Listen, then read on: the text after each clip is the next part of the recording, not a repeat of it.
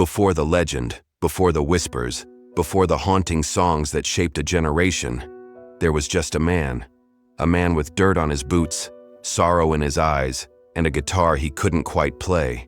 Yet, this isn't just a ghost story. This is the true tale that may have inspired one of the darkest horror films of our time. But unlike the movie, this one doesn't end when the screen fades to black, because the blues never die. Robert Johnson was born in Hazlehurst, Mississippi in 1911, deep in the Jim Crow South, where oppression hung heavier than the heat. He didn't come from money. He didn't come from power. He came from hardship, secrets, shadows. His mother raised him mostly alone after her husband had to flee a lynching. That's how Robert learned about death early, how it came without warning, without justice, and without mercy. Other kids went to the fields. Robert went to music. First, it was a diddly bow nailed to a shack wall, one string, pure feeling.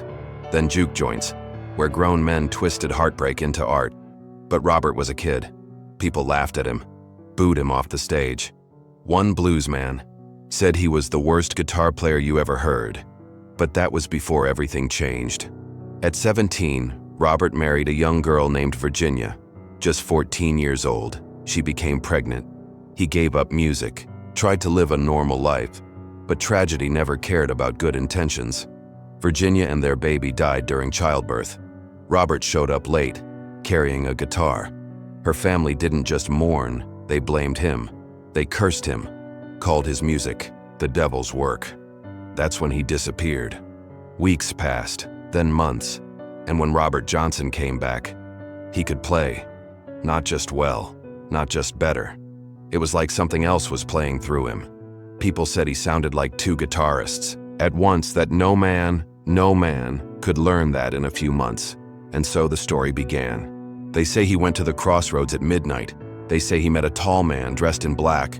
They say he handed over his guitar, and when the stranger gave it back, Robert Johnson had made a deal, his soul, for greatness.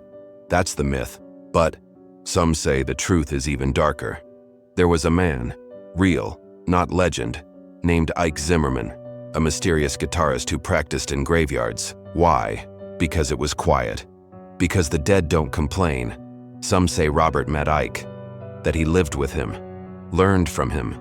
Others say Ike taught him more than music, that their graveyard sessions were more like rituals than rehearsals. Either way, when Robert came back, he had something no one else had, and it terrified people. His songs weren't just sad. They were warnings, filled with omens, hoodoo magic, hellhounds, powder on the feet. He sang like he knew something the rest of us weren't supposed to. In 1938, after just 2 recording sessions, Robert Johnson died at 27 years old. Some say he was poisoned by a jealous husband. Others blame syphilis, but some still say the devil came calling. He died alone. No autopsy, no proper burial, just a wooden box and a dirt grave. Songs, that's all he left behind. But those songs, they changed the world. Eric Clapton called him the most important blues singer that ever lived. Keith Richards said, Robert was supernatural. He's not just a bluesman now, he's a myth. The original member of the 27 Club, along with Hendrix, Joplin, Cobain, all stars who burned too hot, too fast, and maybe, just maybe, made the same deal. In the horror film Sinners, the character Sammy echoes Johnson temptation, talent, tragedy, trading pieces of yourself for a taste of greatness. The parallels are eerie, a man haunted by what he gained and what it cost. So is Sammy based on Robert Johnson? Or did Johnson live a story so powerful, it echoes through every cautionary tale since? They say you can still hear him at night, that if you stand at the crossroads, guitar in hand, and the wind starts to howl, you'll feel a presence. You'll hear the strings bending in the dark, and you'll have a choice to make. Because greatness always comes with a price.